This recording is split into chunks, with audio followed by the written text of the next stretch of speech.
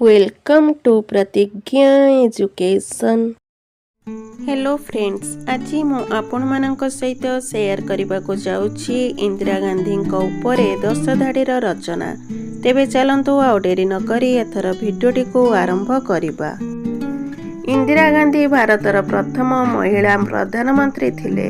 तांको जन्म 1917 मसीहा नवेम्बर 19 रे उत्तर प्रदेश रे होइथिला। से आम देशर प्रथम प्रधानमंत्री जवाहरलाल नेहरू एवं कमला नेहरू एकमात्र कन्या थिले। पिलाटी दिनरू से दृढ़ मना दृढ़ इच्छा शक्ति अधिकारिणी थिले। परिवारर राजनैतिक पृष्ठभूमि तांको साहसी और उच्चभिलाषी करिथिला। लाल बहादुर शास्त्री मृत्यु परे से भारतर प्रधानमंत्री होइथिले।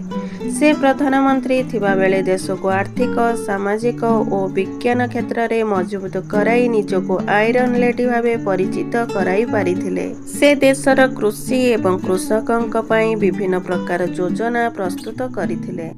तांको देश सेवा पई भारत रत्न सर्वोच्च सम्मान रे सम्मानित करा जायथिला।